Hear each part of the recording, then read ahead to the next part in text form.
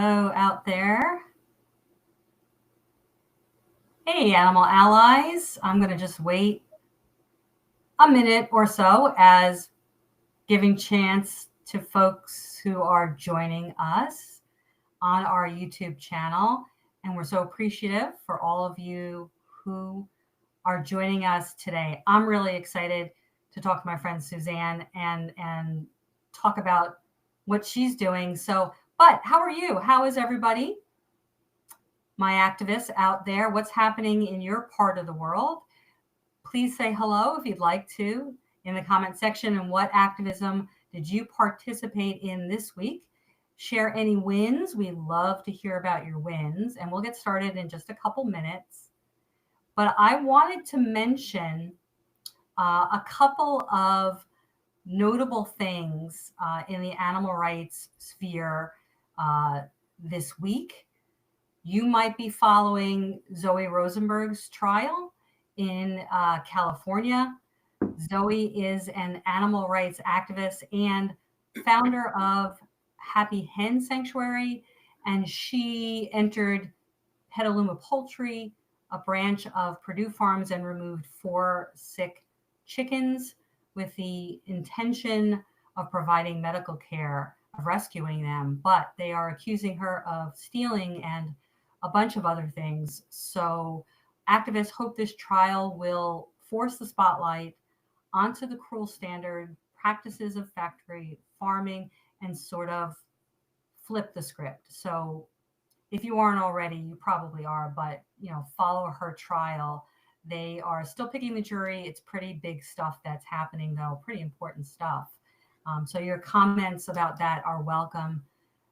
And then the other thing that happened just yesterday or so was some sad news, which is that, anthropologist, primatologist, vegan Dr. Jane Goodall died. And in honor of her, I wanted to just read a couple of her quotes just to sort of bring her energy in. And this one's about veganism. Only when people understand that facts of industrial animal farming and move towards a plant-based diet, only when there is wider acceptance that farm animals are sentient and often sapient, can we hope to end these barbaric practices. She also said, farm animals are far more aware and intelligent than we ever imagined. Despite having been bred as domestic slaves, they are individual beings in their own right. As such, they deserve our respect and our help. Who will plead for them if we are silent? Thousands of people who say they love animals sit down once or twice a day to enjoy the flesh of creatures who have been treated with so little respect and kindness just to make more meat. And she said, here we are, the most clever species ever to have lived. So how is it we can destroy the only planet we have? We have so far to go to realize our human potential for compassion, altruism, and love. So rest in peace, Dr. Jane. We love you. So I just wanted to put that sort of out there, and certainly any comments or folks who want to share a little bit about how her passing has struck you, certainly you're welcome to do that in the comment section.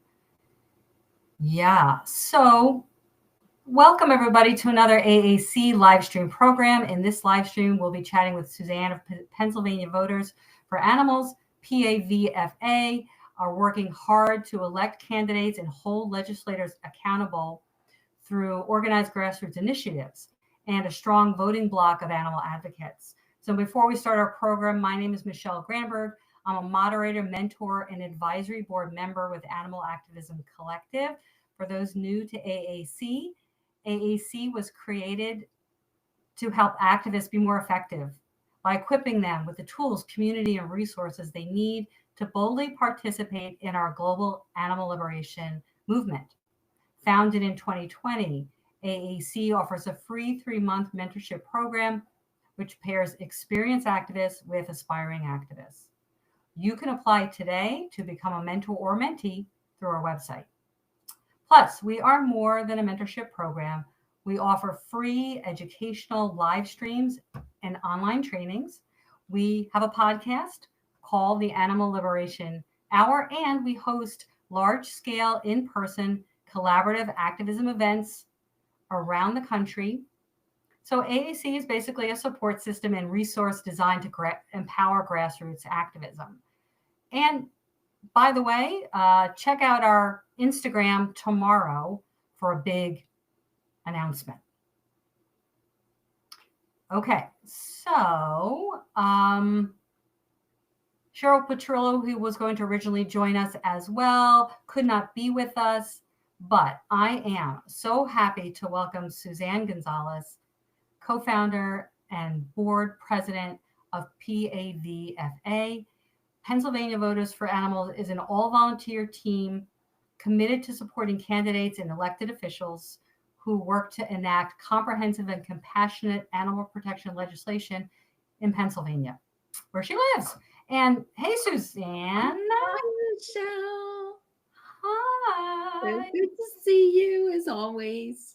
It's so good to have you with me, with us. I want to talk about your wonderful accomplishment in establishing a nonprofit, PAVFA, and your initiatives, and give tips and inspiration to folks in other states and cities who I know want to be doing what you're doing. Aww. Yeah. So first and foremost, I have to say thank you so much to you, Michelle, to Animal Activism Collective, as well as all of the activists who are with us this evening or will listen to this program. I thank you all. I am so appreciative of all of you because so many of you have inspired me over the years, and I'm just honored to be here. Nice. These are the good things. These are the good things to share. Absolutely. Absolutely. And I am thrilled to be able to have the opportunity to talk about Pennsylvania Voters for Animals. And so we started in 2023. As a matter of fact, Michelle and I were reminiscing because we were at a volunteer event at a little sanctuary in New Jersey. And Michelle is a very, very dear friend and someone I deeply respect. So I tossed the idea out to her, and lo and behold, 2 years later, I'm here to share a little bit about Pennsylvania Voters for Animals. So we were, the whole application process started in 2023. I will talk a little bit about our nonprofit versus other nonprofits, but it is a team effort. Our board members, it's started out 4 women who have done animal rescue, have done activism, everything and more related to animals. And we came together and we said, we really do need a grassroots organization that is volunteer run, and also, most importantly, that our key stakeholders are the animals. Not anyone else, the animals. That's who we answer to. And so from there, we said, all right, what is this going to look like? And we did look at, 501c3, which most of you have all heard of. And that's what most nonprofits that we know are 501c3s. But I actually had reached out to Voters for Animal Rights in New York. Allie Taylor, in particular, the president of VFAR. And I asked her, I admired them so much. And I just said, would you be interested in starting like a sister organization in Pennsylvania? And Allie said, Suzanne, we're so busy. As you all know, in New York is just on the forefront of pushing, legislation, advocating for legislation for animals. And she said, Suzanne, you can do this. You can do this. So I thought, all right. And she also recommended that I reach out to Animal Defense Partnership. And if you don't know of them or follow them, I highly recommend. They are a group of attorneys who helped me every step of the way as I work through the process of forming our nonprofit, our 501c4. So our 501c4 is actually, from the IRS perspective, we are a social welfare organization. And we actually, as a 501c4, we can lobby or advocate for legislative change at the federal level, at the state level, and at the local level. Pretty much, it's unlimited for us. We also can, as Michelle mentioned earlier, we can endorse candidates. So we can endorse people who are running for office. Because we are so new, we are not doing that right now, but we will in the future elections. We will do that. So I want to stop, Michelle, in case you have any questions. Yeah. Definitely have lots. Let me just read your mission and your vision statements, and then see if you want to add anything to that. And then I do want to have you give some tips for folks who feel overwhelmed by the application process for that. So sure. Your mission is to advance comprehensive and compassionate animal protection legislation in Pennsylvania. And your vision is to end all animal exploitation in Pennsylvania and create a community, I think, like you just said, of compassion, respect, and empathy for all beings. I love that you just said that your stakeholders are the animals. Yeah. You answer to them. Yes. They're the ones front and center. I absolutely love that. That says everything about who you are and who your organization is. So yeah, is there anything else that you learned in terms of setting up the structure? I guess that was one of the first things you did? Is that where you sort of started before you started doing anything else? You wanted to establish as a 501c4. Yes. Is there anything that you do differently looking back? Any cautions that you want to give people in terms of when they go to apply or anything? I'm sure it was quite a learning experience. It really was. It was my first attempt at ever forming any organization. So it was a learning, but with my personality, just to share, I have always welcomed opportunities. And I also pretty much every day I want to learn something. So this, to me, it was like a great challenge. I will say that you absolutely would need a group like Animal Defense Partnership. They actually did this work pro bono, thank goodness. And I would caution, like with a 501c4, the process is long and it is tedious. You do have to have your board members established. So you have to know who you want on your board, who you want on your team. You also do need to have a very clear mission, vision, and also be prepared to write a narrative, which I had no idea that I needed to do that. But thankfully, Animal Defense Partnership helped me with that. It basically is sharing with the IRS, what your intention is as an organization. Your organization is going to be collecting donations from people. And so they want to make sure that you are, you have the best interest of people. Also, you are going to really drive forward your mission and vision. And then with a 501c4, there is the difference that, we do have unlimited lobbying capabilities. And what that means is, we actually can go to the state capitol, or we can go to local municipalities, or even if we choose, we could go up to, to Washington or down to Washington, D.C., where I'm located. And we can advocate for stronger animal protection legislation unlimitedly. So that is a difference. For a 501c3, they actually, you can do some lobbying within the confines of your status, tax exempt status, but there is some you do have to be cautious how much lobbying you would do as an organization.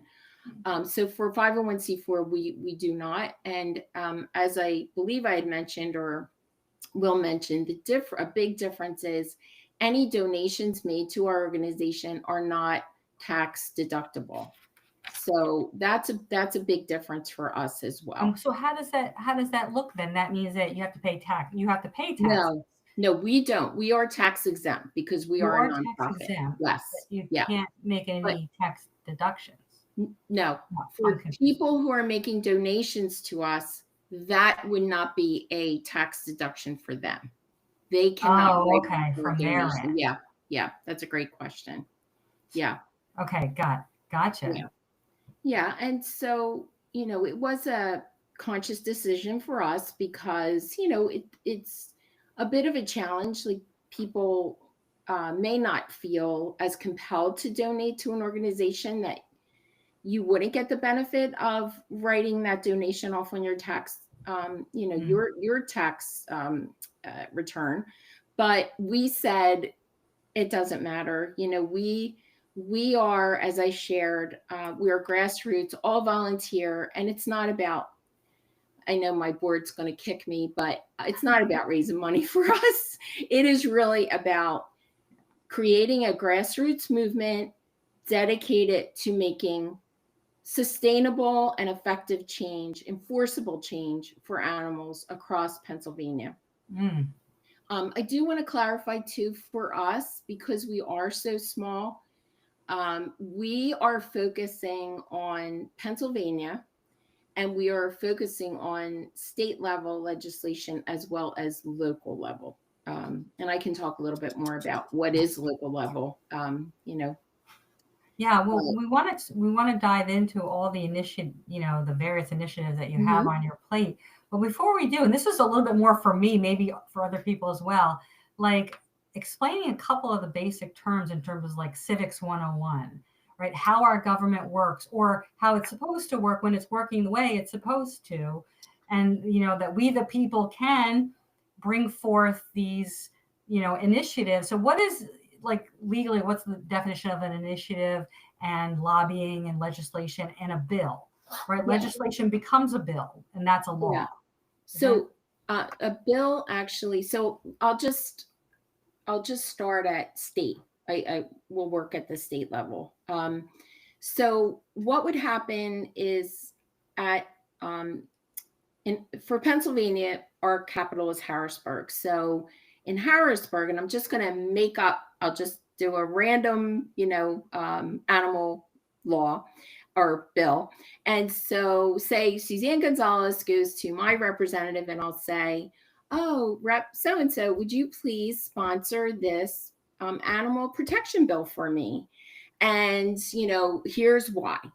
So that's always a really important thing, is to make sure you've got your rationale why you are advocating for this particular piece of legislation. Right. The important thing is, yes, we all have very heartfelt stories to share, but the most important thing is that you have data, that you have facts to share with that particular legislator.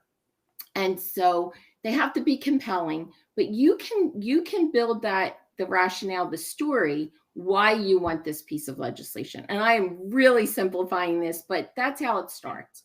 We are all, as constituents of those legislators, we have the power to make that ask, to put forth that request. That is such an important thing for each and every one of us to remember, is that the legislators, any elected official, they, within our, communities, within our state, within our U.S. government, they work for us. So we are the taxpayers. We are basically paying their salaries and their benefits. And we have to remember they're there representing us.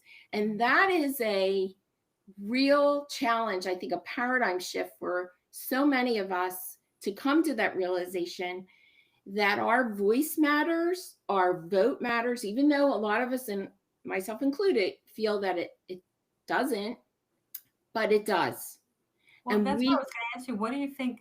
Do you think that the perceived barriers, like why aren't more people doing this? Is it more psychological or just misconceptions, misunderstandings, or, are there actual barriers or blocks? So I think that's a great question. So I can only share from my opinion, my perspective. Of course. I do believe that it's intimidating. I mean, I've actually gone to Harrisburg on a number of occasions with groups, animal protection groups, actually League of Women Voters. And what I have found for the most part are people are afraid to talk to their legislators. It is definitely intimidating. It is, you feel as though I don't know enough. I'm going to maybe get this wrong, but the reality is you're not. And the most important thing is if there is something that you feel strongly about, that you recognize that we need to have stronger animal protection. And I will give you a real world example in a few minutes about the work that we just accomplished. But the most important thing is that you have the confidence, and you do have to have the, some level of information that you can share with that legislator why this is important. One of our board members, Karen Winkler, she always says, animals are important to me, and as such, they should be important to you as my legislator. Nice. And I thought that, in my opinion, says so much. And that is how we have to approach this, that it is important to us, and that we, as they do work for us, that they should listen to us and they should help us drive change. Yeah, and I think if we know anything, we can definitely assume that the majority of people are against animal cruelty in general. When we talk to people, even if they're not vegan, people overall feel they're animal lovers, they're against animal cruelty. So you are, when you say that to them, representing the majority. You're saying, I am the voice of most people. Yeah. And so you have to go in prepared as well. Not just I would go in just like exposing my heart, just being all emotional. You have to help, you have to stop. But you have to, like you said, you have to come in with facts, preparation, and the why has to be really clear when you present it. Yeah. So it's so accurate, Michelle. Just quickly, the process. So when a legislator will introduce a piece of legislation, or it starts out as a memo, and that memo is actually introducing a concept for a piece of legislation to, if they're in the House, to the House, or if they're in the Senate, to the Senate. And then from there, that memo hopefully will get, other legislators to co-sponsor that into a bill. And then that bill would get introduced to a committee.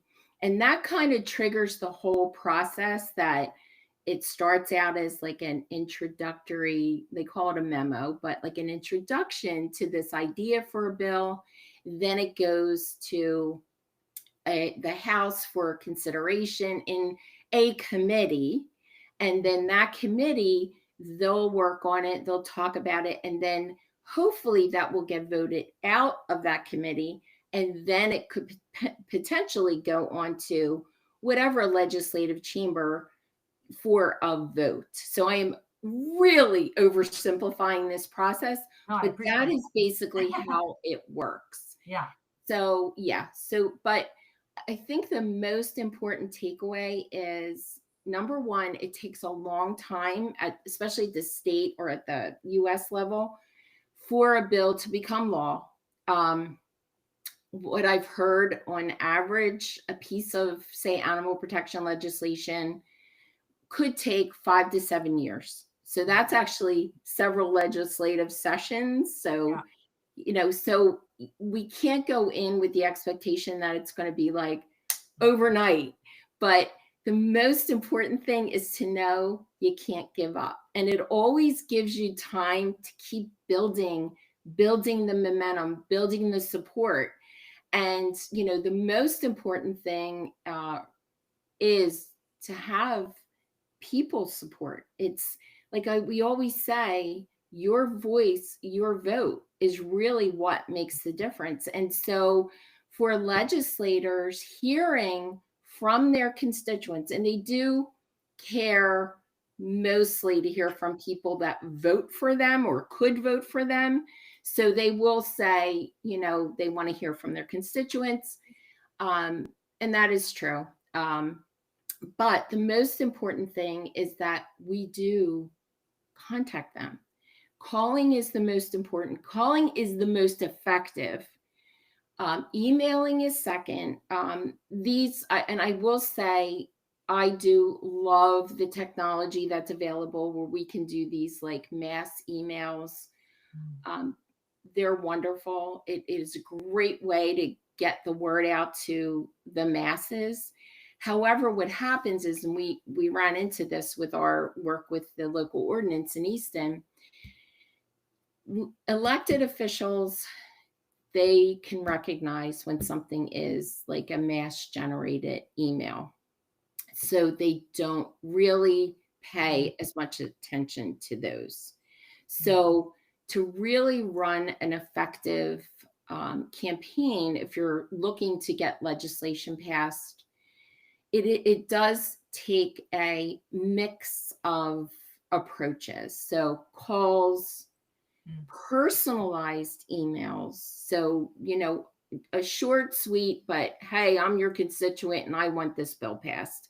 The mass emails, yes, they are important and they do help as well. But just for all of us to be aware that I've heard this from legislators, that once they know that it's a mass email chain, it doesn't carry as much weight. Yeah, they just ignore it.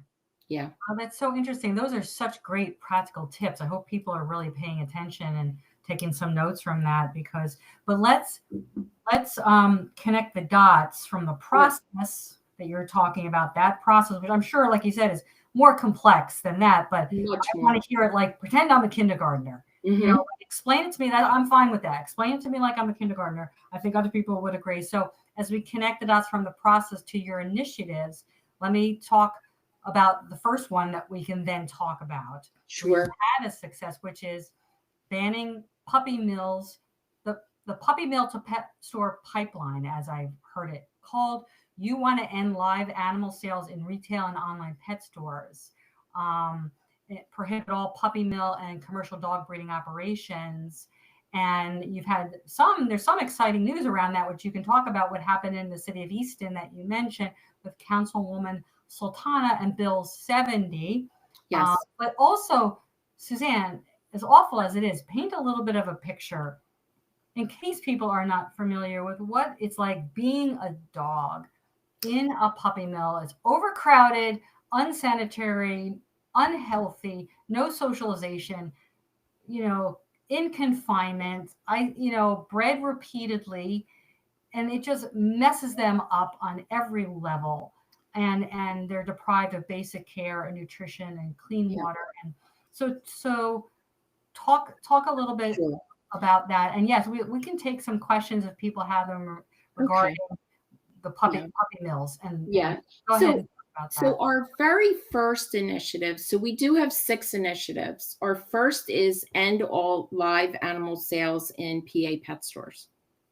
Our last initiative is to end puppy mills. And I shouldn't say our last, it's our number 6, because number 1 relates to number 6. So to talk about our priority initiative, we are a small organization, as I shared. We literally kicked off our, we actually announced our nonprofit October 2024. So this is our 1-year anniversary. Happy anniversary. So we decided as a group, we thought, okay, we've got our 6 priority initiatives, but because we are so small, let's pick one. Let's pick one that we can really be laser focused on. And so we said, let's focus on end all live animal sales in pet stores.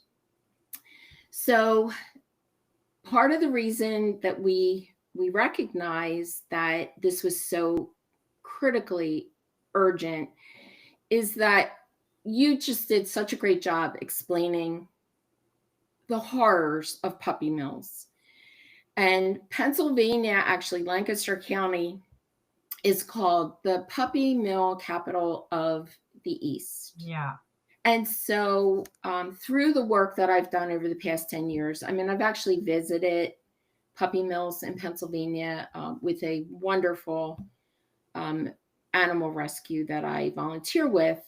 But I've seen firsthand just the utter suffering and the sadness. But what I also found, Michelle, is everything you described about a puppy mill, it pertains to every other commercial breeding operation. And what I learned is that every animal species sold in pet stores come from commercial breeding operations.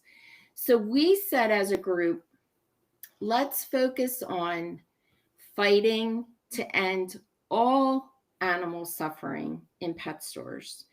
Let's do something a little bit groundbreaking, especially in Pennsylvania. To date, we have 15 local ordinances. So I'll talk a little bit more about that, but 15 local ordinances passed that have banned the sale of either dogs and cats, dogs, cats, rabbits, and the most, up until East End, the most expansive was dogs, cats, rabbits, and guinea pigs. Nice. So we said, why aren't we asking for all animals? Why not? So, and it was that simple. It really was that simple. And we said, once we knew that fishes are coming from either they're being caught from the wild, from the oceans, or they are being bred in fish breeding mills and shipped to the US. Birds are being taken from their natural environments, taken captive, sold in pet stores, or they're also being bred in horrifying warehouses. And no different than a puppy mill. They are literally warehoused. There's nothing natural about any of this. Reptiles, amphibians, small mammals, it's all the same. It's all the same level of suffering. In fact, 3 out of 4 fishes die before they even make it to the pet store. And so once you learn these facts, and they are facts, they can all be corroborated, how can you not advocate for everyone? So that was a paradigm shift for all of us. We said, we're going to come out of this and we're going to focus on fighting for everyone. Mm-hmm. And so we were able to reach out to, as you mentioned, Councilwoman Taiba Sultana of the city of Easton, Pennsylvania. She had actually sponsored the initial ordinance for the city of Easton, which was back in 2023, it was dogs, cats, rabbits, and guinea pigs. And when Cheryl Petrillo, who was supposed to be here tonight, and is with us, absolutely, I can feel her with us. She had championed that first ordinance back in 2023. She's a powerhouse in and of herself. And so Cheryl said to Councilwoman Sultana, would you consider sponsoring an expanded ordinance, including all mammals, all fishes, all birds, all reptiles, all amphibians?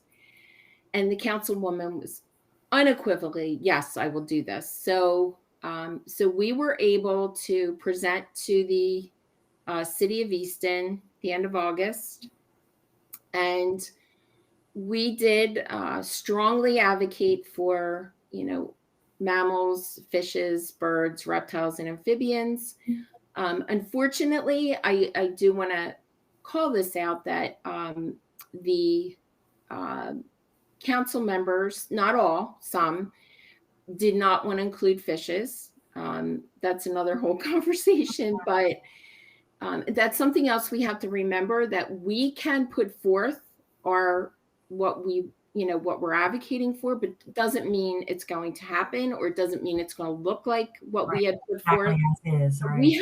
We have to bear that in mind, that once we put that concept forward or make that proposal, it really belongs to the people of Easton, and it belongs to the council, to whatever that ordinance is going to look like. It's ultimately up to them. So we strongly advocated for everyone. We ended up getting mammals, birds, reptiles, amphibians, and that in the state of Pennsylvania is history. That is history making, because up until then, as I shared earlier, there were 3 expanded ordinances that included dogs, cats, rabbits, and guinea pigs. I also just quickly want to clarify for people, because this sometimes is a point of confusion. Any of these ordinances, or even a state level bill, there's no one saying that we're getting rid of pet stores. We're not saying that. Right. They provide a service to people who have companion animals. They provide food, they provide services, they provide veterinary care. They do support our communities who share their lives with companion animals. So no one is saying we're getting rid of pet stores. That is such an important point to make. What we are getting rid of is the cruelty. Right. Selling live animals. Yeah, absolutely. And as you're talking about this, it's occurring to me in the larger picture of, again, pointing out how speciesism is such an invisible mindset that, right, that it was such a big aha moment, sort of groundbreaking for you to, let's bring in all the animals that are sold at pet stores, all the little ones, the mammals, the amphibians, all of them. And but so interesting that people's minds go automatically only to dogs and cats when they're thinking about, we don't want that cruelty, and what we place value on, what we don't place value on. And I want to say again, thank you to Councilwoman Sultana for taking this on. She's a force in and of herself. I mean, she truly is. I mean, she fought. The other thing I do want to share, and so this was, as you mentioned, Michelle, like, what are some of the learnings? For me, this, full disclosure, this was the first ordinance that I've ever worked on. Very first. So for me, this was a start to finish learning. Cheryl Petrillo, she was successful in advocating for 4 ordinances. So pet sales, banning the pet sales of dogs, cats, rabbits, guinea pigs in 4 municipalities in Pennsylvania. And she's a force to be reckoned with. But So for me, though, I never did. So it was a learning. I do want to shout out to Liz Cabrera Holtz from World Animal Protection. She actually was incredibly supportive every step of the way for us, because we basically were doing this on our own.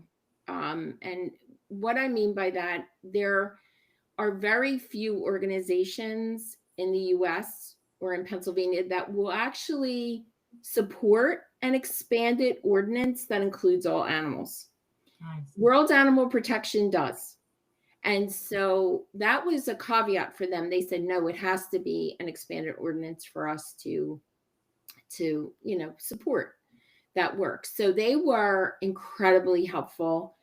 But Cheryl and I, we did put forth this idea. Actually, Cheryl made the outreach to Councilwoman Sultana. The other thing that was, I think, for us that was so critically important, we also engaged a local executive director from a shelter in Easton, Rose Piccolo. She's the executive director there at the Center for Animal Health and Welfare. And Rose was a dynamo as well. And she actually was so compelling, Michelle, is that her testimony. So we're actually, just to back up, when you're proposing a change to legislation at a local level, or you have an issue that you want to have addressed, there's public comment period. So because our ordinance was on the agenda of that city council, we had 5 minutes. So each of us, myself, Cheryl, and Rose, were able to get up and talk about the why. Why is this so important? So this is where I did use the information that I gathered, and also with the help of World Animal Protection.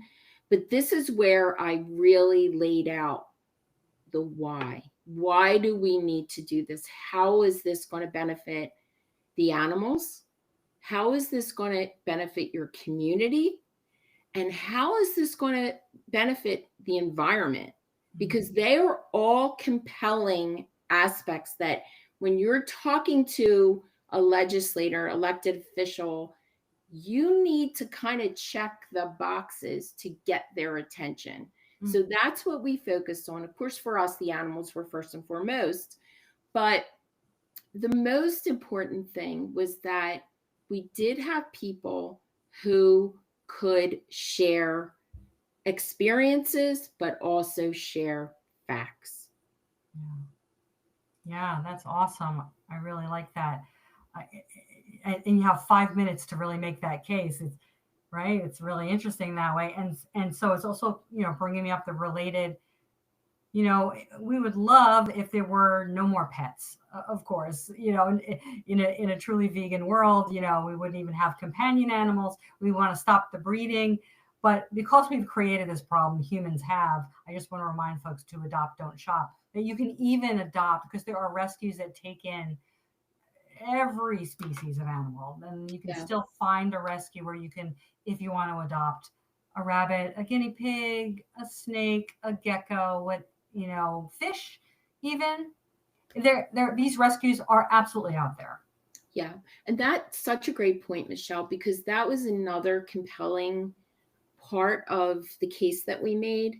Because when you look at the other ordinances that have been passed across Pennsylvania, so the 15, one of the really critical elements to these ordinances is that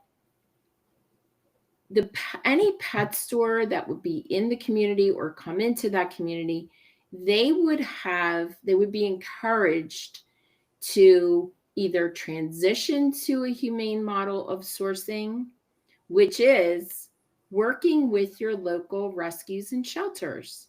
So a pet store has the ability to work with a local shelter and rescue and bring those animals who are so desperately looking for loving homes. So you're not taking anything away. In fact, I actually had some statistics to share. 4.7% of retail pet stores, or excuse me, 4.7% of the revenue generated by retail pet stores comes from the sale of live animals. 4.7%. So the majority of their revenue comes from supplies, services, veterinary care, any of those other offerings. Grooming. It brings people in. It brings people in. Oh, come, let's go look at the birds. Go look at. But the reality is, you can have that same model, but you can help your local rescues and shelters by transitioning to a humane sourcing model. Yeah. So that's a key component, because we all know, and I'm sure everyone on this listening to us this evening knows, we can't rescue our way out of this. We have to do, it's a multifaceted approach to stop the suffering. And so everything that everyone is doing on this call, we need to do it all. But the one tactic that I really felt that we weren't getting a lot of momentum around was actually advocating for this, for these expanded or all animal ordinances, because we have to stop the supply. Right.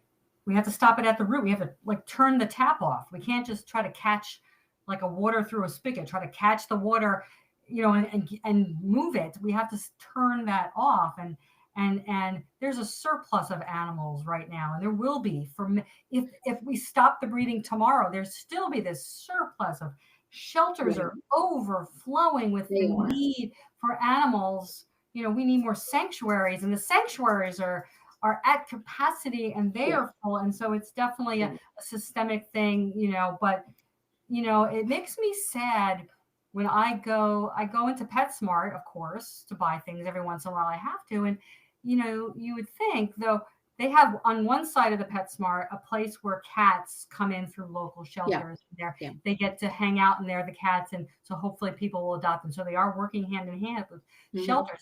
But here's the speciesism. Of course, at the same time, you still have the cases with the birds and the gerbils and the mice and the snakes, and we know that they're still being bred, so those things coexisting. It's once you know, you realize that this is a horrific problem that humans have created, and humans are sustaining this problem. Every time we go in and we buy an animal from a pet store, even though so many people, and I'm not faulting anyone, I don't want to sound that way, but people will say, but I am rescuing them. I got them out of there. No, we're supporting the exploitation. It's a system of cruelty. It's a system of oppression. It's a system of exploitation, and we are supporting that. The other piece, what happens to people, it's many times when you go into a pet store, it's an emotional purchase. You see someone in a cage or in a tank, and you fall in love with them, or maybe your child falls in love with them, and you say, oh, you know what? Okay, let's bring this alligator home, which is, yes, they are for sale in pet stores in Pennsylvania. And what you don't realize is that you don't realize the level of care required for an alligator. You don't realize that an alligator matures at around 10 years old, and you're talking about someone who will reach 10 to 12 feet. You don't realize that that individual is an aquatic animal who requires basically a swimming pool to live out their life. And you don't realize the amount of who will be the veterinarian who will provide care, who has the funds to actually provide the level of care that that alligator deserves. So then what happens is the family is overwhelmed, and the alligator will either be, if they're lucky, surrendered, if they're not so lucky, abandoned. And just a few months ago, and I used this as a reference to the City of Easton Council, in Bucks County, there was a 4-foot alligator pulled from one of our lakes, and he was relocated, or she was relocated, and which was hopefully a good thing. But people don't know, they're not informed when they're making these purchases. They do not know what they're getting themselves into. And who pays? The animal pays. Right. Yeah, where animals are still seen as commodities and objects, we can sort of see that happening still, and people forgetting that it's a commitment for life to do this. And so there's lots of mind changing that we need to absolutely do here. And speaking of that, let's go to the next issue, because I think this next issue too is one that people could relate to and are familiar with and maybe had not thought twice about, which is eliminating all non-therapeutic animal mutilation. So this one targets cat declawing and dog's tail docking and ear cropping.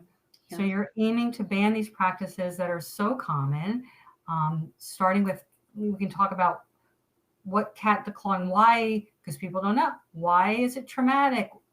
Why can it have long-term harmful health repercussions for cats? And then the tail docking, why is it done? And the ear cropping, why is that done? And we know it's because humans want to alter, to make them more desirable standards in different breeds, but it's basically disfigurement.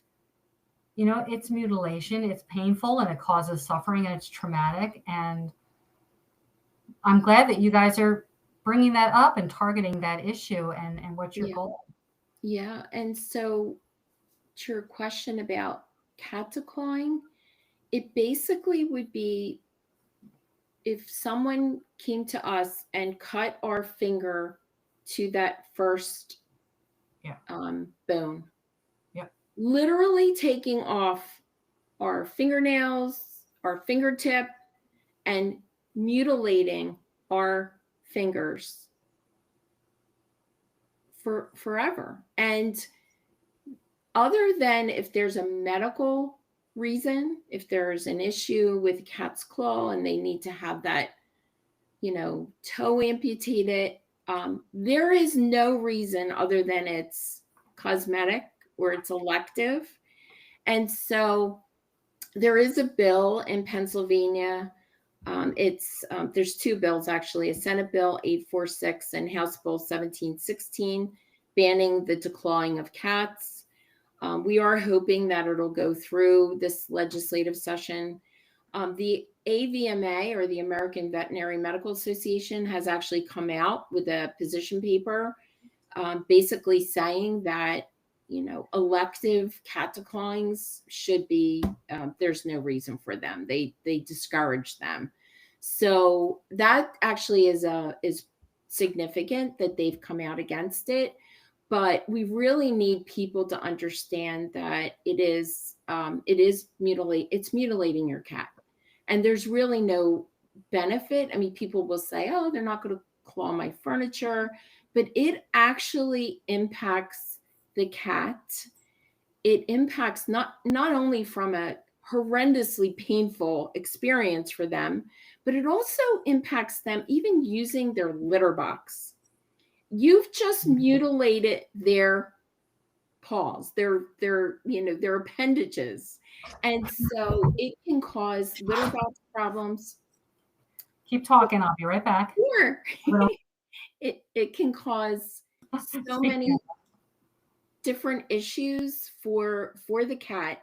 And oftentimes a cat who has been declawed are surrendered to rescues and to shelters because it really does have such negative impacts to them.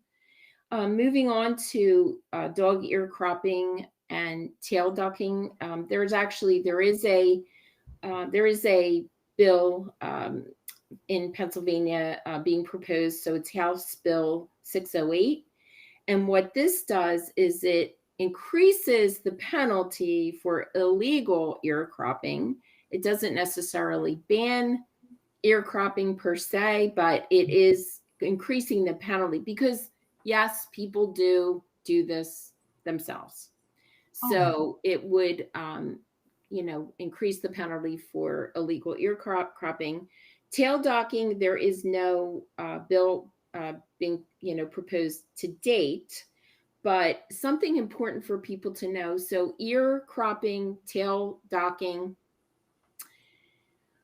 what you're essentially doing, yes, mutilating, extremely painful. You're now inhibiting the dog's ability to communicate. Dogs use their tail to communicate. Dogs use their ears to communicate. And we essentially are taking a part of their voice, a very important part of their voice, away from them. Yeah. And so we shouldn't be doing any of that other than if there is a medical need. But typically, these are done for cosmetic reasons. These are done for the look that, certain breeds, people that have certain breeds, they want to go for. So these are absolutely unnecessary, and they should be banned outright. Yeah, the fact that it's normal, right, just shows how far, we are in terms of really thinking that animals are discardable, and just the human sort of selfishness. And again, I think when people know better, they do better. So I know there was a time, probably both of us, had a different mindset, and we've, certainly have different realizations. And by the way, we're welcoming any questions about what we're talking about right now. If anybody has questions about cat declawing and tail docking on dogs and ear cropping, or pet stores and that kind of thing. But so here's when you go to speak about this, you're going to talk about those whys to the people who are in charge. Exactly. And you raised such an important point, Michelle. I did not start this work, this dedication, this level of commitment until 10 years ago. I was busy living, going to school, working, raising my family. And I'm not saying that's an excuse for not being involved, but I just didn't think about it. I was busy working, and both my sons are vegan. They actually were vegan before me. And through my sons, they helped me realize that there's so much I was doing that I could change. And my point in sharing is that it's never too late to change. It's never too late to become active. It's never too late to use your voice to advocate for, if it's animals or whomever. It's never too late. And that, I feel now that I'm making up time. I was sharing with a friend that I feel that a lot of what I am doing now it's seeking forgiveness from the animals, because I either didn't know or didn't care to know. And so why I am just 24/7 dedicated is I'm seeking forgiveness from them, and I'm trying to learn how to forgive myself. Yeah, absolutely. It's never too late. Redemption, this work definitely, it's such a juxtaposition of hearing and knowing about such horrible, horrible things, and how far down the rabbit hole do you want to go, because it gets worse and worse the more you find out how much, the extent, the scope of cruelty, but at the same time feeling some of the upliftment and the charge of making a difference, and not just talking about it and getting out there. And it also, with what you're doing, you found your niche. And good for you. And that's awesome. Thank goodness you're doing that. I'm doing other things. Other activists are doing other things, but it does go hand in hand with protesting. It does. You really think I can hear people's minds going, maybe we should go to the pet stores and protest, or go to, wherever they do these mutilations, or we're going to talk about the animal killing contest. And I know people do comment storms and phone calls around those killing contests, and maybe there certainly have been protests, but imagine that hand in hand with you and these initiatives, and not stopping and showing up and talking to the legislators, right? So let's transition to that one. Okay. Because I know it's not just Pennsylvania, although I don't hear about them as much in New Jersey. I think it doesn't even matter what boundary your state has. All these things are universal animal issues, but animal killing contests are these contests that target native wild animals like foxes, squirrels, crows, raccoons, pigeons, bears. It's touted as this good family fun, even for kids to often. Let's go. So talk about these contests. People will say, what's the big deal? Why do you want them banned? Why is it cruel? It destroys ecosystems. It does. In addition to devaluing the lives of animals and just flat out promoting abject violence. It like it's 100%. A game. Like violence is a game. It 100% does, Michelle. So when we were going through our priorities as a board, we talked about the pigeon shoot, and that's, I believe, what you were referring to. So there is a bill in Pennsylvania, HB 1097, and it's basically putting an end to live pigeon shoots in Pennsylvania. Pennsylvania, to my knowledge, is one of the only states in the country that still allows live pigeon shoots. So we looked at that, and now this bill has been proposed for over 30 years. So with each legislative session, which is a 2-year period, we're now in legislative session for 2025, 2026. Over the past 30 years, there has been a pigeon shoot bill proposed or put forth. It has not, obviously has not passed. So yes, it's put forth this legislative session, and hopefully it will make it out of the House and go to the Senate and get passed, hoping. But what we were talking about is, okay, that bill definitely we support, but why not support ending all animal killing contests? Pennsylvania has animal killing contests, as you mentioned. They're everywhere, especially this time of year. You'll see these little local, there was a fire station not too far from me, and they're having a family fun day, an sponsoring animal killing contest. As you mentioned, squirrels, foxes, coyote. And so we're horrified. We're like, okay, just the fact that as you said, this is violence. It's a violent activity, but it's also, and I don't want to give too much credence to hunters, but even hunters look at these animal killing contests as not anything of, where you should hold it in any esteem whatsoever. They don't agree with them either, because the animals are literally being hunted down because they want to win a prize, because it's the heaviest, the youngest, the furriest. They make up all these ridiculous, prizes, but this is what they're doing. So we said,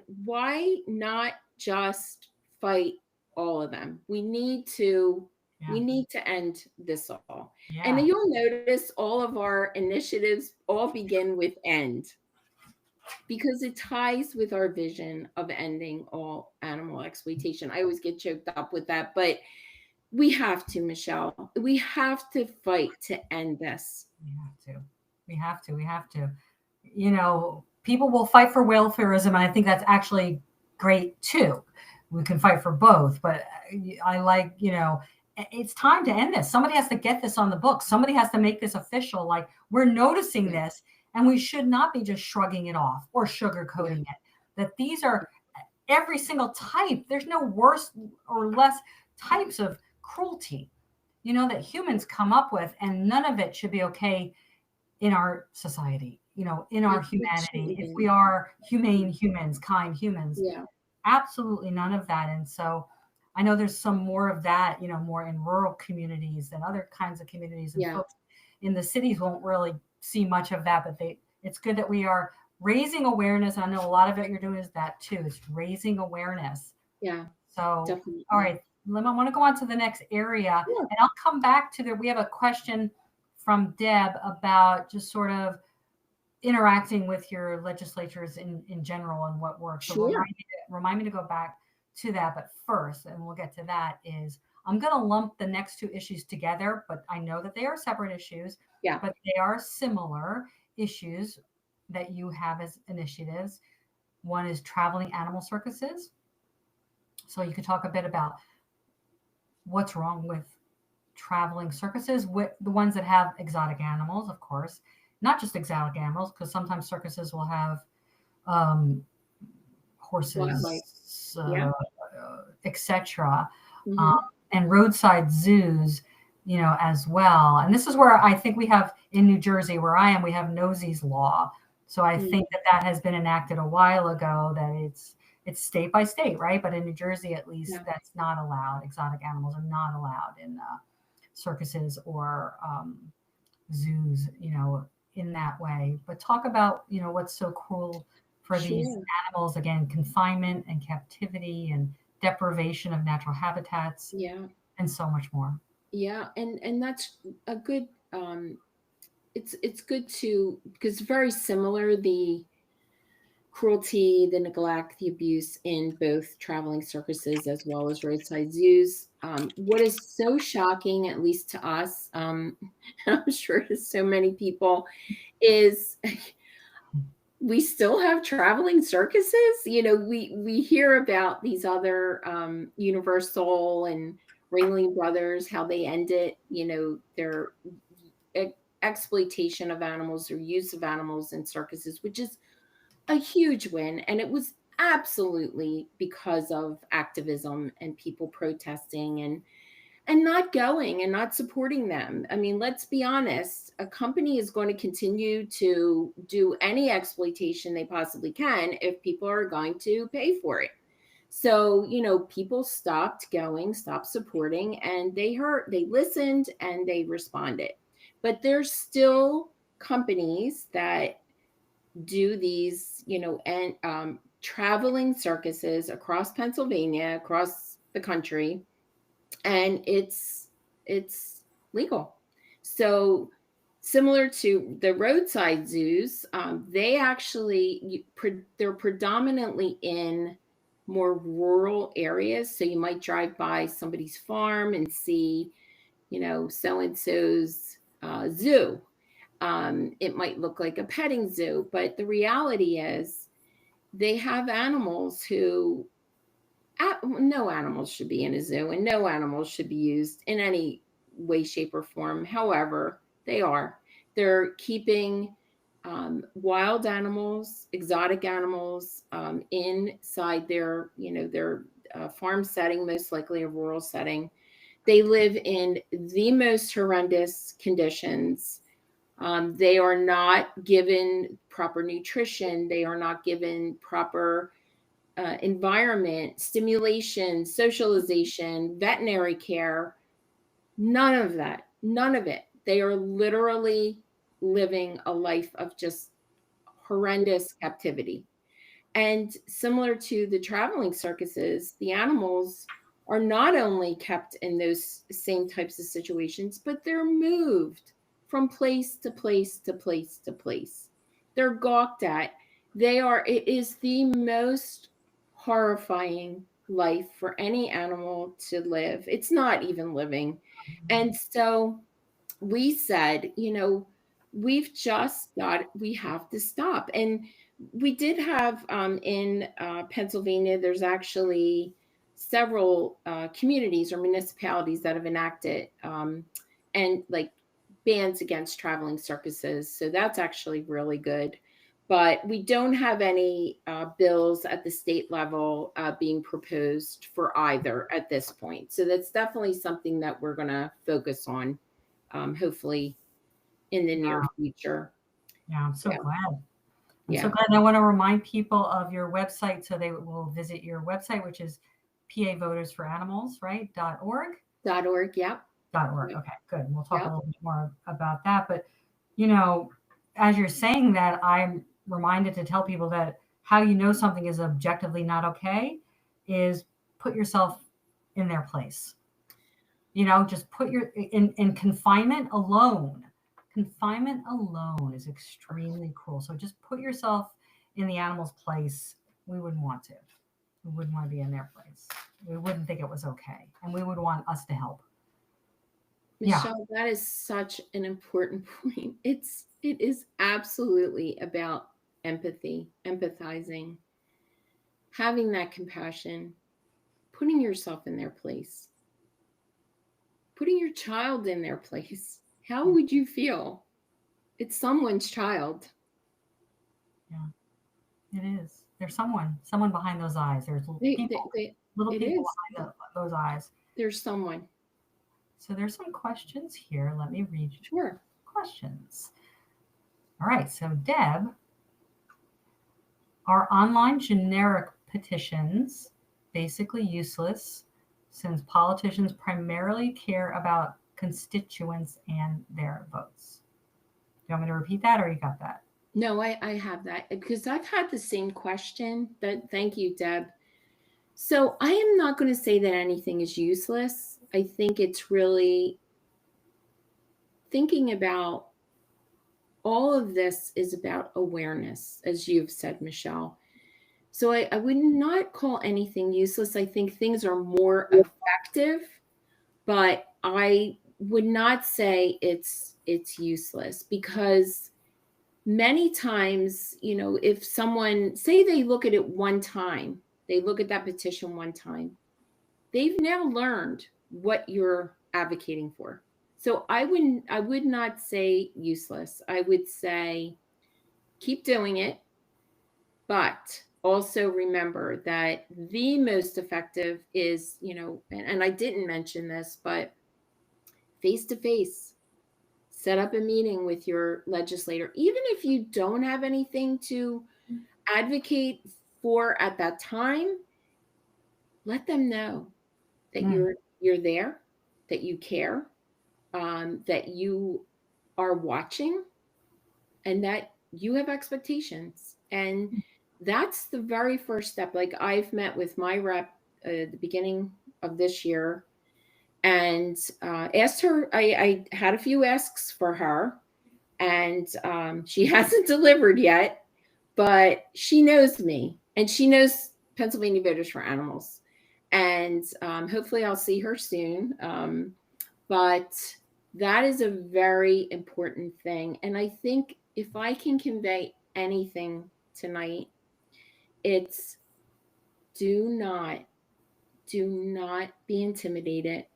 Do not be afraid, because you matter, and your voice, your power is what is going to make the difference. So you can fight City Hall. You can fight City. Oh, Michelle, I will not back down. I said, nope, we are not Oh, going to back you're such down. an inspiration. You're absolutely awesome, and you're right in that way. You know, and right, they should fear us. No, I'm just kidding. Nobody should fear anybody, but I want to turn it around and be like, Exactly. they should be like, if they're But worth don't their be salt, afraid. you like Don't want to be afraid. hear what we have Yeah, to say. Okay, here's a question from George. sure. Are there examples of successful ballot initiatives? Ballot initiative wins in red states. And I guess he's asking No, about for animal protection types of yeah. ballot initiatives, I would assume. Can you answer that question? No, I actually can't. I will share. Pennsylvania does not allow um, us, so the constituent, the voter, to put forth like ballot initiatives. I know California does, It's only a few states. but I can't answer that question. I mean, I'd be happy to, you know, see if I can find the answer, but I don't have the answer to that. That's a great question. We've had guests on this. I won't be able to pull it up from my brain so much, but folks, look in our archive right there on our YouTube channel after this, because we have interviewed folks who have some ballot initiatives in Mm-hmm. states where that is happening, like Colorado and some other states. Yeah. And maybe we can throw into the comment section some of those videos or links to some of those other organizations that of course, I'm failing to pull up from my lovely, brilliant mind. Another question. I think this is from Carol Valutka. Suzanne, what you're doing is incredibly important. I agree. Thank you. Please comment on PAVFA's stance on welfarism. Do you have an official stance on welfarism? I do. I mean, we do. I shouldn't say I do. So we want to focus on, as I shared, Michelle, ending. We don't want to um, focus, because we are so small, because our resources are limited. We really want to focus on ending exploitation. There are plenty of organizations that are working on, bigger cages or getting rid of cages, getting rid of gestational crates.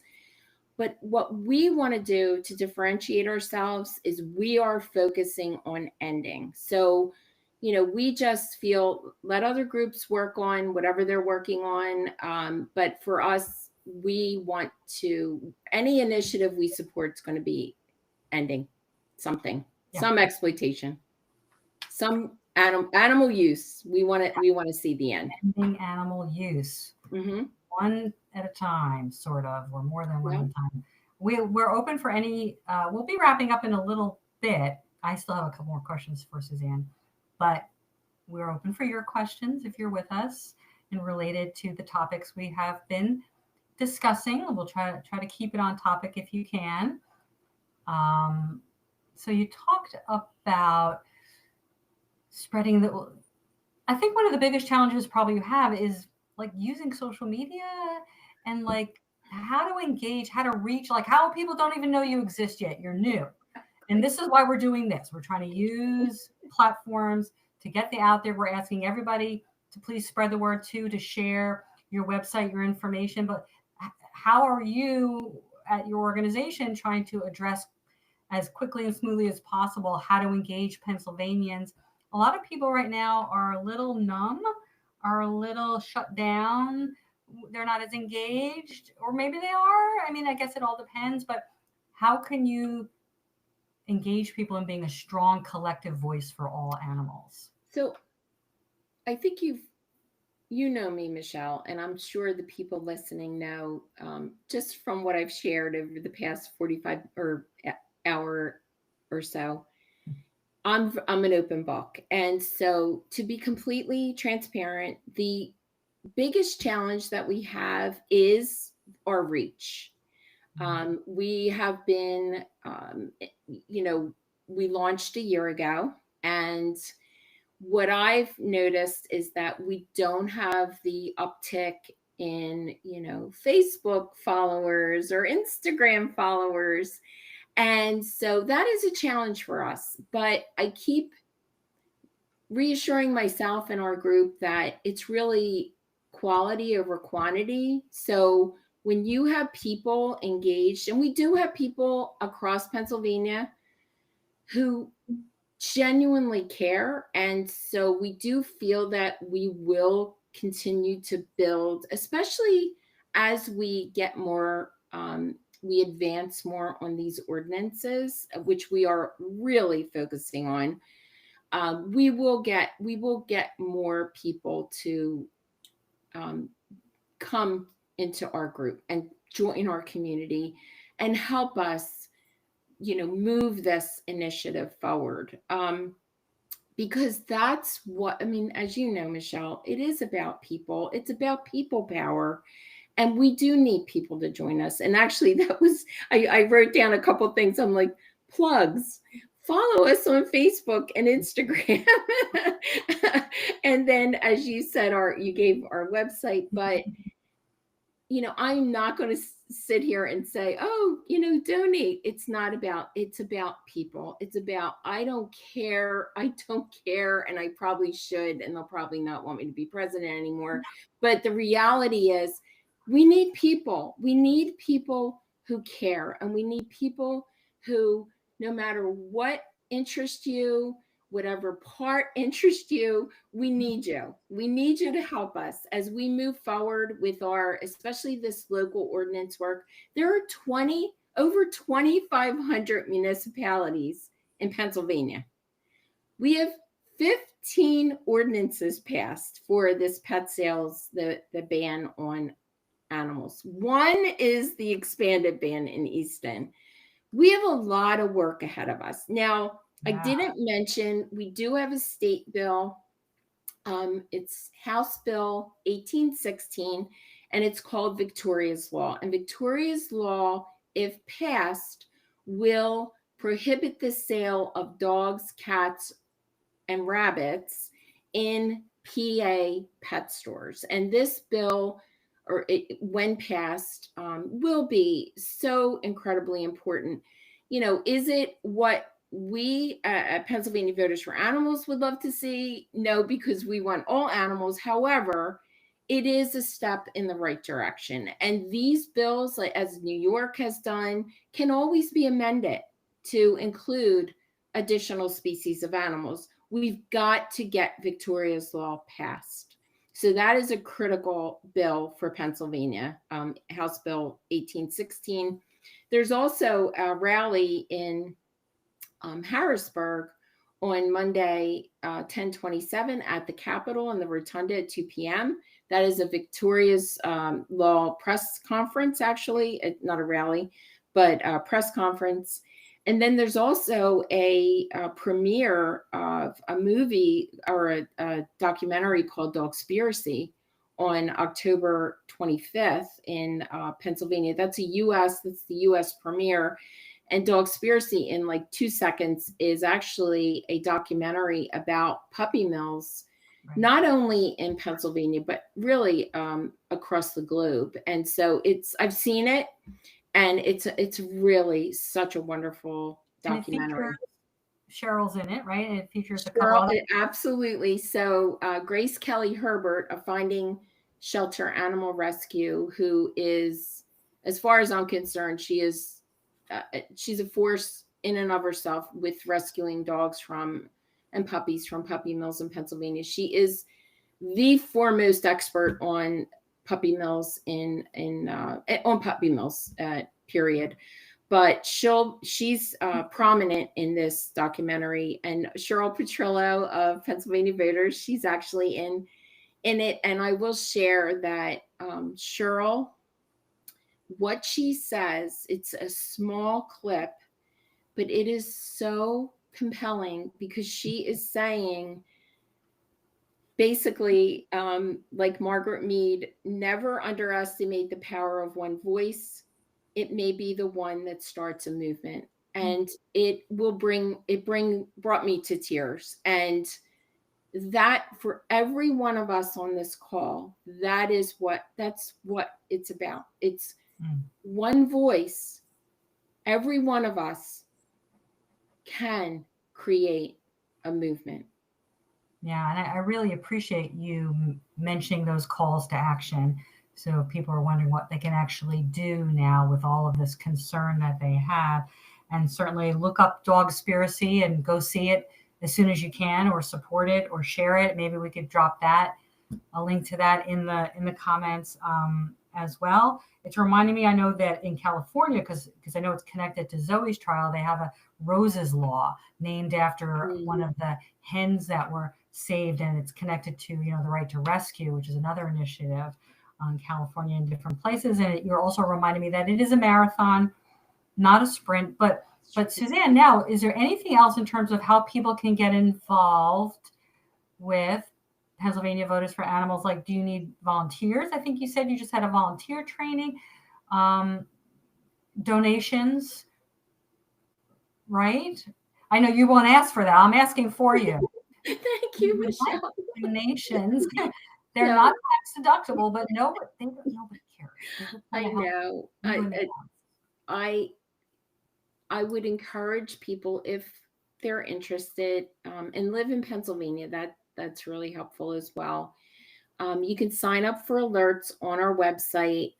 You can sign up to volunteer on our website. I do want to share, our board is vegan. Like, we are all vegan, and that is a requirement on our board. We said, you know, to uphold our mission and vision, we need to make sure that everyone on our board does that.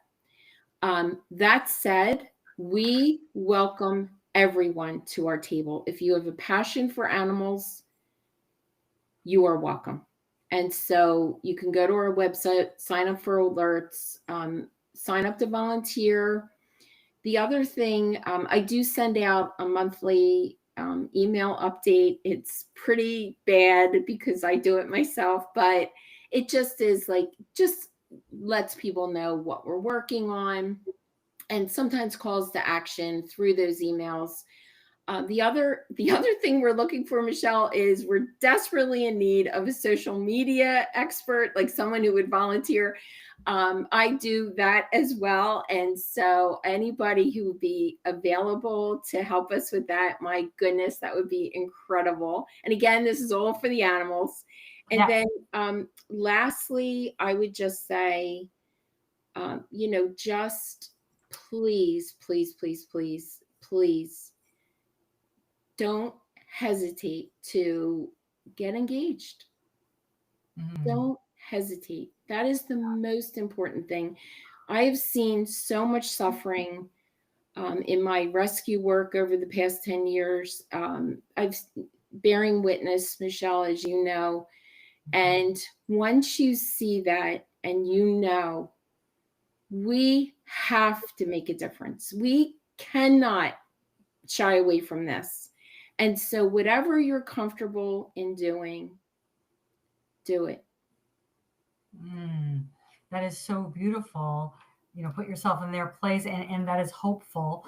Is there anything, because that's what I was going to ask you to share, sort of a final word, which would be a hopeful note, because we're going to wrap up. Is there anything else that you want to share that we haven't talked about? Yeah, if I didn't have hope, Michelle, especially at my age, I wouldn't even be doing this. I have so much hope, and I see hope in every person that, you know, you and people on the call, people that in our community. I see hope in all of us, and I see hope in the animals' eyes when they look at us. Even if we can't save that particular animal, we can save someone. We can make a difference for one of their relatives. We can make a difference. And that is what keeps me going. Every single day is hope. It's hope. And we can do, I have no doubt that we can do this. I'm with you. I'm with you. I'm with you until the end, until every cage is empty. Absolutely. And if folks out there want to get involved in activism, any kind of activism, and you need a little push and a little support and a little guidance, people can check out AAC's website as well. We can put that in the comments. You know, you can sign up for a free mentor, or you can sign up to, you can sign up to be a mentee and get a free mentor. So that sounds absolutely wonderful. So as we wrap up, for as little as $2 a month, please consider becoming a patron by finding AAC on Patreon. Your donations allow AAC to continue to provide free educational resources for activists, which ultimately saves more animals. If you're interested in becoming a mentor or mentee or want to get involved, please visit our website and hit subscribe and the bell to get notified of new programming here on our channel, and give us a like. So my final message for all of you is, every great movement for justice has been carried out on the shoulders of ordinary people who chose not to look away, people like you. The animals cannot speak for themselves, but we can speak, we can act, and we can refuse to accept cruelty as normal. The question is not whether change is possible, it's whether we will be brave enough to make it inevitable. Let us be the generation that chose love over violence and action over silence. Turn your compassion into action. Thank you, Suzanne. Thank you for coming. Thank you, everybody. Until next time. Thank you. AAC signing off. Bye, y'all.